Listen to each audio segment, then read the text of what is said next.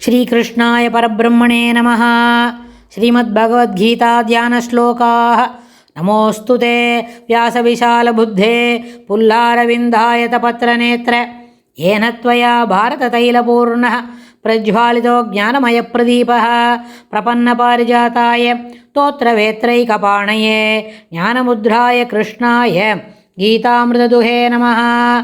सर्वोपनिषदो गावो दोक्ता गोपालनन्दनः पार्थो वत्सत्सुधीर्भोक्ता दुक्तं गीतामृतं महत्। वसुदेवसुदं देवं कंसचाणूरमर्दनं देवकी परमानन्दं कृष्णं वन्दे जगद्गुरुम्। அடுத்தது ஆறாவது ஸ்லோகம். महर्षयः सप्तपूर्वे चत्वारो मनवस्तथा मद्भावा मानसा जाता येषां लोक इमाः प्रजाः। महर्षयः सप्तपूर्वे चत्वारो मनवस्तथा मद्भावा मानसा जाता येषां लोक इमाः प्रजाः. இந்த உலகத்தில் என்ன நடக்கிறது அப்படின்னு சுவாமி சொல்கிறார். லோகே இமா பிரஜாக, எந்த பிரஜைகள் அப்படின்னு கேட்டால் எவர்களிடமிருந்து வந்தனவோ. ஏஷாம், எங்கேருந்து வந்தது இதெல்லாம்? எல்லாமே சுவாமிகிட்டேருந்து தான் வந்தது. எப்போ?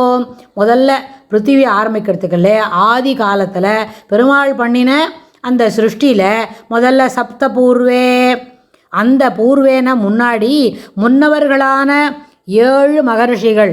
7 மகர்ஷி யார்? 4 மகர்ஷிகள் 7 பேர், 4 சனத்குமாரர் சனந்தனர், அதுபோல் 4 பேர். அவ்வாறே மனவாக மனுக்கள், மத்பாவாக என் பாவனையால் என்னை போன்றே சக்தி வாய்ந்தவர்களாகும், மானசாஜாதா என் மனத்தினின்று உதித்தவர்கள் அப்படின்னு சொல்கிறார். என்னெல்லாம் யாரெல்லாம்? இவா எல்லாரும் பெருமாளோட மானச புத்திரர்கள் 4 பேர். 4 சனத்குமாரர், சனகர், சனந்தனர், சனாதனர், அவா 4 பேர். மகர்ஷிகள் சப்தபூர்வ 7 பேர் அப்படின்னு சென்ற பதிவில் சென்ற ஸ்லோகத்தில் ஒன்று சொன்னார். தபோதானம் யசமஹா அப்படின்னு. தவம் செய்வார், தன் கர்மம் செய்வார், மற்றெல்லார் அவம் செய்வார் ஆசையுட்பட்டு, அதுதான் தபஹா. தானம் என்பது என்ன? வரியாருக்கு ஒன்றீவதே ஈகை. எல்லாருக்கும் ஏற்கனவே அவங்ககிட்ட நிறைய வசதி இருக்குது. ஏற்கனவே 10 லட்ச ரூபா வச்சுருக்கா, அவனுக்கு இன்னும் 2 லட்ச ரூபா சேர்த்து கொடுக்கறதுல பொருளே இல்லை. அதுக்கு பதில் வரியாருக்கு ஒன்று ஈவதே, இல்லாதப்பட்டவன், அவனுக்கு அடுத்த வேளை சாப்பாடு எங்கேன்னு தெரியாது, ரொம்ப பசி எடுக்கிறது, அவனுக்கு 1 ரூபா சாதம் கொடுக்கறது ரொம்ப சிறப்பு. அதுபோல் வரியார்க்கு ஒன்று ஈவதே ஈகை, அது சென்ற ஸ்லோகத்தில் சொன்னார். தபோதானம் யசமஹா அப்படின்னு. இந்த ஸ்லோகத்தில் முன்னவர்களான 7 மகரிஷிகள் யார்? அவர் மகரிஷிக்கு ஒரு முக்கியமான ஒரு என்ன தான் டெஃபினேஷன் என்ன கொடுக்கணும் அப்படின்னு கேட்டால், நீண்ட ஆயுள், மந்திரங்களை காணும் சக்தி. நம்மளாம் மந்திரத்தை சொல்கிறோம் தான். முதல்ல அது அடுத்தது விவரமாக சொல்லலாம். எதுவுமே நம்மளை பற்றி கம்பேரிசன் இல்லை. மகரிஷின்னு வரும்போது அவள் என்ன பண்ணணும்? நீண்ட ஆயுள், மந்திரங்களை காணும் சக்தி, ஈஸ்வரத்தன்மை, தெய்வீக பார்வை, குணத்தாலும் வித்தையாலும் வயதாலும் உயர்வு, தர்மத்தை பிரத்யக்ஷமாக அனுஷ்டித்து காட்டுதல், கோத்திர பிரவர்த்தகனாய் இருத்தல். இந்த 7 லட்சணங்களும் அமைந்தவர்கள் ரிஷிகள். இவர்களில் முக்கியமானவர்கள் 7 மகரிஷிகள். அவர்கள் ஒவ்வொரு மன்வந்தரத்திலும் இவர்கள் வெவ்வேறானவராக இருப்பர். இந்த கல்பத்தில் முதல் மன்வந்தரமான சுவாயம்புவ மனுவந்தரத்தில் தோன்றிய சப்த மகரிஷிகளே இங்கு முன்னவர்களாக கூறப்பட்டவர்கள்.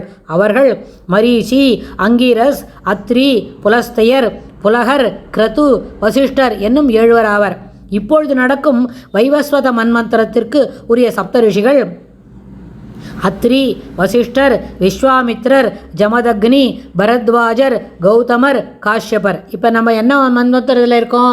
வைவஸ்வத மன்வந்தரே கலியுகே பிரதமே பாதே ஜம்புத்வீபே பாரத வருஷே பரதக்கண்டே சொல்கிறோம் இல்லையா? அப்போ இன்றைக்கி இருக்கிற தேதியில் இப்போ இருக்கிற பிரம்மாவுக்கு 51வது வயசு தான் நடந்துட்டுருக்கு. அது என்ன, நம்ம காலெல்லாம் முடிஞ்சு இன்னும் கொஞ்சம் நாளைக்கு 51வது வயசில் தான் இருப்பார். ஏன்னா நம்ம சென்ற பதிவில் இந்த 9வது அத்தியாயம் படிக்கும்பொழுது ஒரு ஸ்லோகத்தை சொன்னோம். நம்மளுக்கு 365 நாள், தேவர்களுக்கு 1 நாள். அவளோட அது மாதிரி 365 வருஷம் வரும்போது இத்தனை சதுர்யுகம் தாண்டினாதான் பிரம்மாவுக்கு ஒரு பகல், அதுபோல் ஒரு ராத்திரி, அதுபோல் 100 வயசு அவர் இருப்பார். அதுபோல் 365 நாள் இருக்கும், அதுபோல் 365 நாள் போல் 100 வயசு அவர் இருப்பார். அந்த மாதிரி அதனால் இப்போ நடக்கிறது இந்த வைவஸ்வத மன்வந்திரத்துக்கு பிரம்மாவுக்கு 51வது வயசு தான் போயின்ட்டுருக்கு. அப்புறம் 4வர்கள் யார் 4 பேர்? சனகர், சனந்தனர், சனாதனர், சனத்குமாரர். இந்த சப்த ரிஷிகள் பிரவிற்த்தி மார்க்கத்தை காட்டியது போல் இந்த 4வரும் நிவிருத்தி மார்க்கத்தை காட்டியவர்கள். இவர்களுடைய பிரஜைகள் ஞான புதல்வர்கள். இவர்களுடைய வம்சம் ஞானிகளின் பரம்பரை. மனுக்கள், மனு என்ன சொன்னார்? மனவஹா மத்பாவாஹா.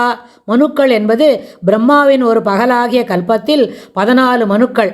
இப்பொழுது நடக்கும் ஸ்வேதவராக கல்பத்தில் மனுக்கள் ஸ்வயம்புவர், ஸ்வாரோசிஷர், உத்தமர், தாமசர், ரைவதர், சாக்ஷுஷர், வைவஸ்வதர். அதான் சொன்னோம் இல்லையா, வைவஸ்வத மன்வந்தரே கலியுகே பிரதமே பாதே அப்படின்னு.